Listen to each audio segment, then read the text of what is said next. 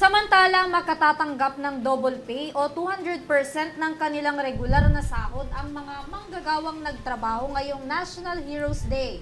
Pahayag yan ni Labor Secretary Bienvenido Laguesma sa mga employer ukol sa pasahod ngayong regular holiday. Narito si Trisha Rada para sa karagdagang detalye ng balita.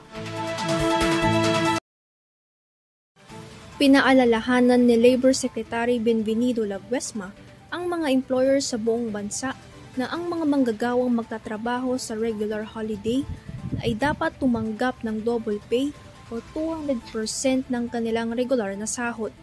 Binanggit ni Laguesma na kung nag-overtime ang isang manggagawa, dapat siyang bayaran ng 30% na higit sa karaniwan niyang sahod kada oras. Kung hindi sila papasok sa trabaho sa regular holiday, dapat pa rin silang makatanggap ng buong sahod na epektibo lamang kung nagtrabaho o may paid leave sila bago ang holiday.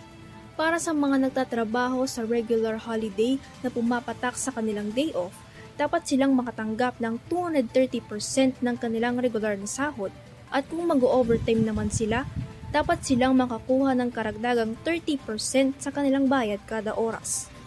Para sa EuroTV News, Trisha Rada, sumasaludo sa bawat Pilipino.